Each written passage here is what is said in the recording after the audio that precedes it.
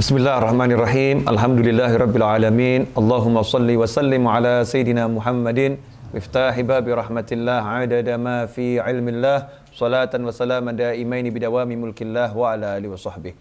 Allahumma shalli ala sayidina Muhammadin salatan taftahu biha lana futuhal arifin wa tufaqihuna biha fid din wa ala alihi wa sahbihi. Assalamualaikum warahmatullahi wabarakatuh. Alhamdulillah kita bisa kembali bersama-sama belajar tafsir hikmah dalam episode suratul Fatihah. Pada episode sebelumnya kita membahas bagaimana orang-orang yang mendapatkan keistimewaan memiliki kemampuan lebih dalam memahami Al-Quran. Dan orang-orang itu adalah keluarga Nabi Muhammad sallallahu alaihi wasallam. Nah, ketika kita mendengar seperti ini, kemudian kok ada rasa nggak suka di hati kita, ini bahaya. Karena itu penyakit iri kepada keluarga Rasulullah SAW.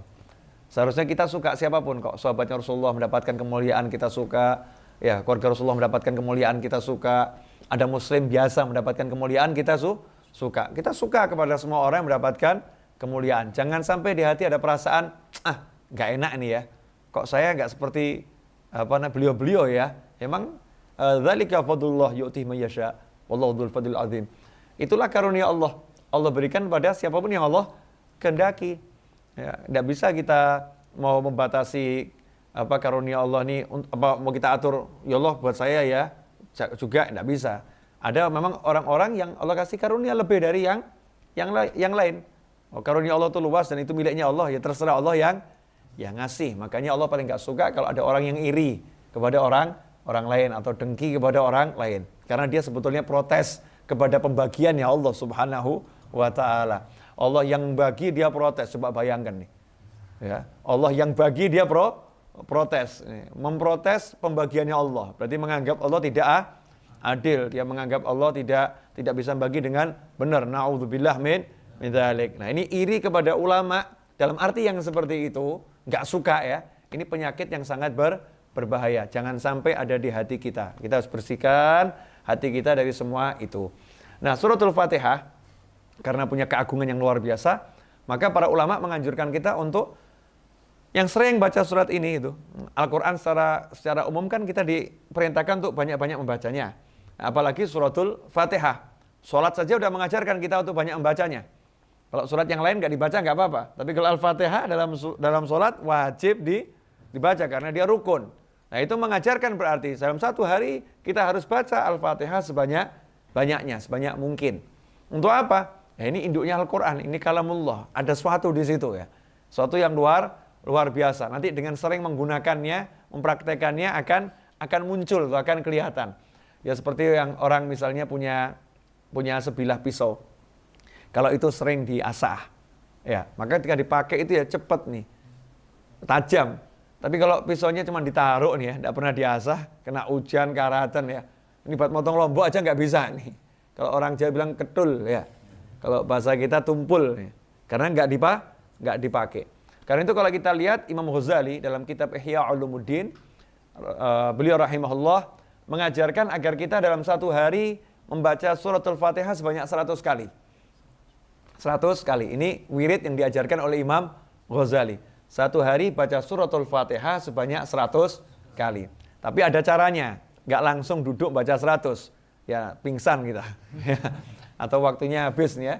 Karena Imam Ghazali kalau mengajarkan tuh biasanya yang begini yang sifatnya untuk umum.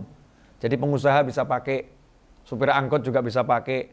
Ya, atau mungkin supir ini yang ngojek, entah pakai Grab atau pakai Gojek atau pakai yang lain ya bisa pakai. Siapapun orangnya, guru juga bisa pakai. Ini wirid yang syamil, kamil, dan sifatnya am. Siapapun orangnya bisa pakai. Satu hari baca Al-Fatihah sebanyak 100 kali. Jangan nanya apa manfaatnya, karena udah terlampau jelas manfaatnya. Ya. Nah, orang nanya apa manfaatnya baca Al-Fatihah, itu aneh. Ya, kalau baca Al-Quran nggak usah tanya banyak apa manfaatnya. Satu huruf itu sudah pahala. Nah, kalau kita baca ini Ummul Quran, ya kita baca ini pahalanya ada berapa nih? Induknya Al-Quran kok. Ya kita baca, kan pasti luar biasa. Kenapa 100 kali? Jangan nanya sama saya. Ya, nanya sama Imam Ghazali, kenapa 100 kali? Tapi nggak ada manfaatnya nanya. Ya, kalau mau tahu kenapa 100 kali, amalkan. Nanti akan tahu. Ya, nanti akan tahu. Mungkin ada yang nanya, itu diajarkan Rasulullah atau tidak? Nah, ini pertanyaan lebih aneh lagi nih. Ya, Rasulullah sudah mengajarkan kita untuk baca Al-Quran sebanyak mungkin. Rasul nggak melarang kita membaca dalam jumlah tertentu. Justru orang yang melarang seorang muslim baca surat-surat Al-Quran dalam jumlah tertentu, maka orang itu telah berbuat bid'ah. Rasul aja nggak pernah melarang, kamu kok melarang ini? Yang ada kan perintah Rasul baca sebanyak mungkin. Dan Rasul menganjurkan orang untuk istiqomah. Dengan menghitung itu akan menjadi istiqomah. Seorang sahabat pun tidak diajarkan oleh Nabi SAW untuk baca surat Al-Ikhlas di dalam setiap rokaat sholatnya. Tapi setiap sholat, dia setiap rokaat baca suratul Ikhlas. Ya, bahkan di riwayat tidak baca yang lain. Ada beberapa sahabat tuh.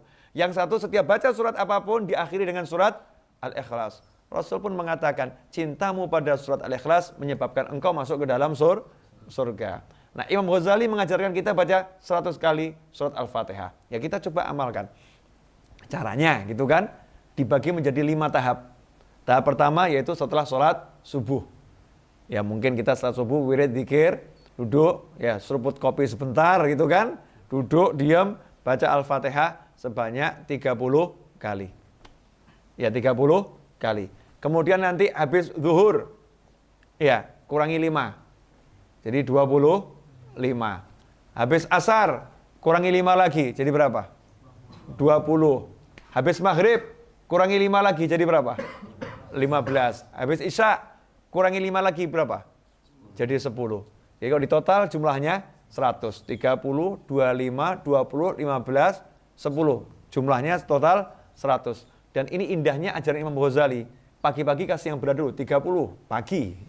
Ya kan? Masih banyak energik. Begitu habis isya ini ngantuk-ngantuknya 10. Ya. Udah ringan ini, 10.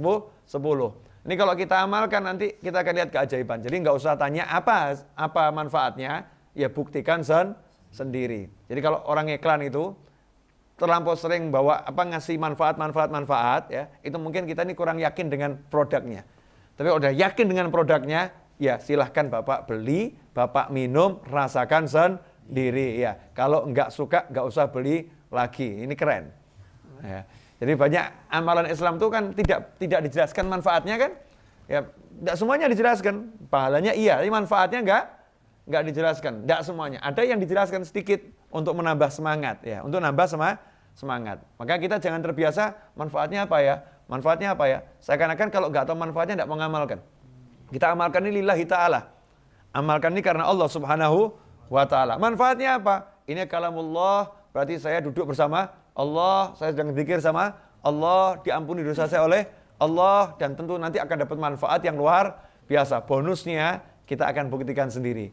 Ya misalnya mau diniatin, saya tiap hari baca Al-Fatihah 100 kali, selain mengamalkan amalan Imam Ghazali, saya pengen bisa beli rumah 20 rumah.